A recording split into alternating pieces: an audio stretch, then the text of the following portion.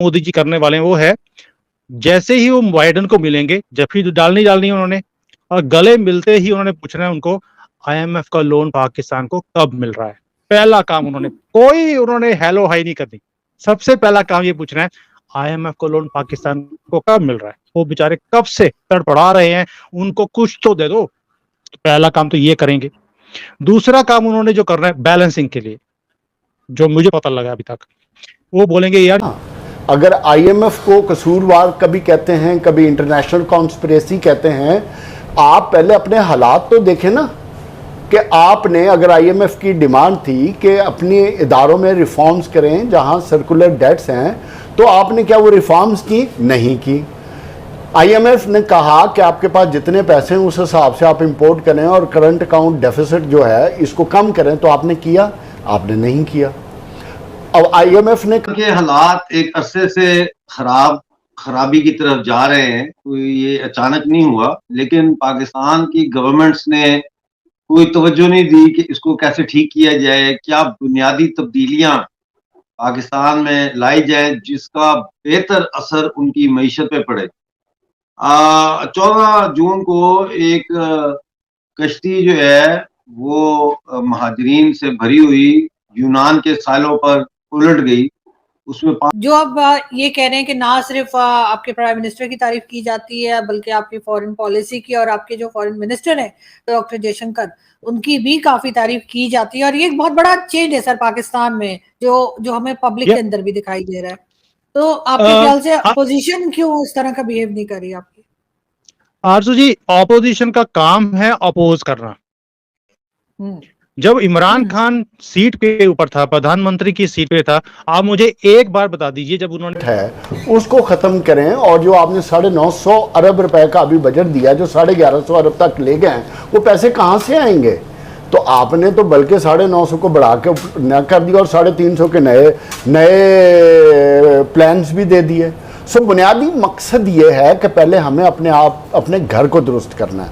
अगर हमने अपने घर को दुरुस्त ना किया, खुद ठीक ना हुए, तो कोई इंटरनेशनल कॉन्स्पिरेसी और ये इस चीज़ ने नहीं करना। आपने कल चेयरमैन सेनेट के हालात देख लिए थे, और उनकी इस वक्त इकोनॉमी में जितना डाउन जो आ रहा है, उससे रिलेटेड पाकिस्तान की आवाम ने मीम्स बनाना शुरू कर दी हैं। हमारी इकोनॉमी पर ही तंज मारा जा रहा है हुकूमत पर। और अभी रिसेंटली खबर भी आ रही थी कि एक औरत ने अपनी कब्र खुद खोद कर अपने आप को उसमें दफना दिया।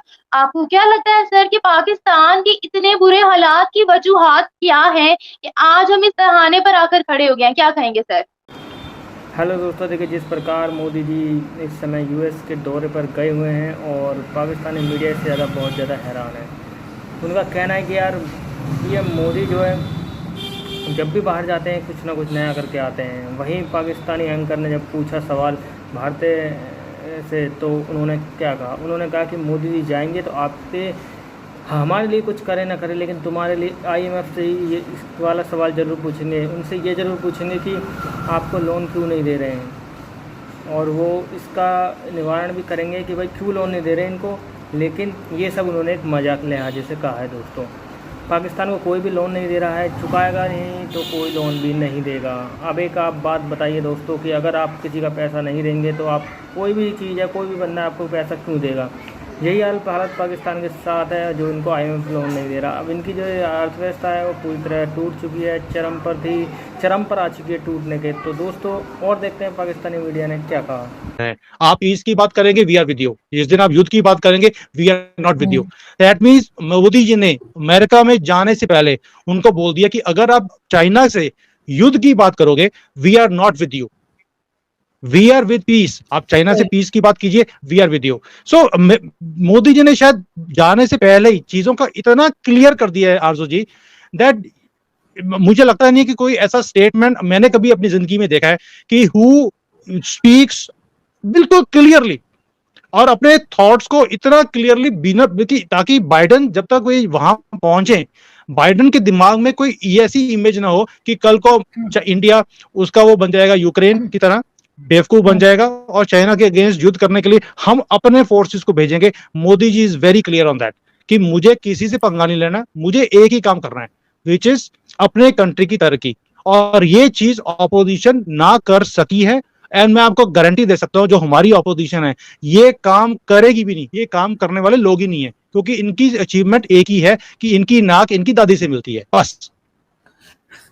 नहीं सर, बिल्कुल नाक तो दादी से अक्सर लोगों की मिलती है, लेकिन मैं यही कहूंगी कि सर बिल्कुल इस किस्म के विजिट्स जो हैं इलेक्शन से पहले, क्योंकि इलेक्शंस यूएस में भी आ रहे हैं, इलेक्शंस इंडिया में भी हैं और हमारे यहाँ भी शायद हो ही जाएंगे। अभी हम सोच रहे हैं, अभी हम टॉस कर रहे हैं वो शोले की तरह ना, कि वो क्या क्या आएगा, हेड आएगा या टेल आएगा, अभी हमारा वो चल रहा है। तो इसलिए सर हमें साइड में कर देते हैं और बात करते हैं हम अमेरिका और इंडिया की। दोनों में इलेक्शंस आ रहे हैं सर, और इलेक्शन से पहले इस किस्म के विजिट्स जो हैं वो दोनों कंट्रीज के लिए कितने इंपॉर्टेंट हैं आपके ख्याल से? क्योंकि वो टाइमिंग्स बड़े मैटर करते हैं ना, लोग कहते हैं जी टाइमिंग्स के ऊपर जो है वो सारा गेम होता है। और बहुत से लोग ये भी कह रहे हैं, कल अभी मेरे शो में एक साहब आए थे, उन्होंने कहा कि जी आप क्या कहते हैं, उन्होंने कहा जी मोदी जी तो बारात लेके जा रहे हैं। तो क्या मोदी जी बहुत ज्यादा लोगों को लेके जा रहे हैं, बड़ा डेलीगेशन जा रहा है, गया है मतलब अमेरिका? देखिए आरजू जी, पहली बात यह है कि थोड़ा सा फर्क है इंडिया पाकिस्तान में। मुल्क की पैसा ब्लैक मनी ले आओ, हम पूछेंगे नहीं ये पैसा कहाँ से है। उनका ख्याल था इस किस्म के पैसे आने से पाकिस्तान की इक्तिसादी सूरत हाल में बेहतरी आ जाएगी, और वो सारा का सारा पैसा एक ख़ास कारोबार में लग गया जहाँ पे ना जॉब निकलती हैं ना जॉब अपॉर्चुनिटीज़ मिलती। वो ये करते रहे, अपने दोस्तों को नवाजते रहे, किसी ने संजीदगी से उस मामले को नहीं लिया। जब ये हुकूमत आई, इसको उस सारे मुआहदे को देखना था जिसमें ऑलरेडी खराबी शुरू हो चुकी थी। ये कामयाब नहीं हुए, ये कोशिश तो करेंगे, ये तो नहीं कि वो कोशिश ही ना करें। अब आप लोग जो अखबारी नुमाइंदे हैं और जो टीवी स्क्रीनों पे बैठते हैं, आपकी तो जिम्मेदारी कोई नहीं है ना कि कल आने वाली में क्या होगा। बहरहाल वो रिस्पॉन्सिबल लोग हैं, वो एक मुल्क की नुमाइंदगी करते हैं, उन्होंने इस मुल्क को डिफ़ॉल्ट से बचाना है। वो कैसे इस मुल्क को डिफ़ॉल्ट से बचाते हैं, हमें उनकी मदद करनी चाहिए। और इस किस्म की नेगेटिव अप्रोच जिसकी कोई वजह नहीं है, यहाँ पे आके तकरीरें करने का कोई फ़ायदा नहीं है। क्यों नहीं आप ये तकरीरें करते पाकिस्तान के उन कार्टल्स के ख़िलाफ़ जो अपने पैसे नहीं देते, जो अपने अदायगी नहीं करते टैक्सेस की, उनके ख़िलाफ़ हम क्यों नहीं बोलते? हमें बोलना कि बस एक ही रह गया टारगेट, ये सियासतदानों को बुरा कहना है हमने, और सियासी अमल को हमने डायनामाइट करना है और उसको डिस्टेबलाइज करना है। और उन लोगों को हमने कुछ नहीं कहना जो पिछले 1 साल से इस मुल्क के अंदर ऐसी सूरत पैदा कर रहे हैं कि ये मुल्क वाकई श्रीलंका बन जाए। श्रीलंका में खराबी शुरू हुई थी जब डिफॉल्ट आ गया था और प्राइसेस बढ़ गई थी, तब लोग सड़क पे आए थे। ये 1 साल से कोशिश कर रहे हैं कि लोग सड़कों पे आए, गोली चले, आग लगे और इस मुल्क में तबाही और गहरी हो जाए। ये है इनका रवैया। और बात करते हैं यहाँ पे बैठ के पाकिस्तान के मफादात की, वो मौजूदा लोग जो कर रहे हैं उनको पता है, और मुझे यकीन है कि वो बेहतरी करेंगे, वो पाकिस्तान को डिफॉल्ट से बचाएंगे। मेरा इशू सिर्फ पाकिस्तान को डिफॉल्ट से बचने वालों की सपोर्ट करना है। ठीक है नवीद चौधरी साहब, सर एक बात ऐड करना जी कर दें कि जिस मुल्क का लीडर लंदन में, दोस्तों जैसा कि आपने वीडियो में देखा, पाकिस्तान के जो एक्सपर्ट थे उनका कहना था कि यार पाकिस्तान जो है काफ़ी ज़्यादा बर्बादी की तरफ जा चुका है।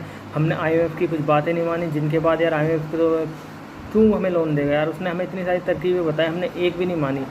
उसके बाद यार पाकिस्तानी मीडिया का बोलना है कि यार आपको कैसे भी करके हमें बस ये इस बार का लोन मिल जाए और हम अपने आर्थिक हालत में कुछ ना कुछ सुधार जरूर करें। दोस्तों फिर आगे देखते हैं पाकिस्तानी मीडिया ने वीडियो में क्या कहा। तब तक के लिए धन्यवाद।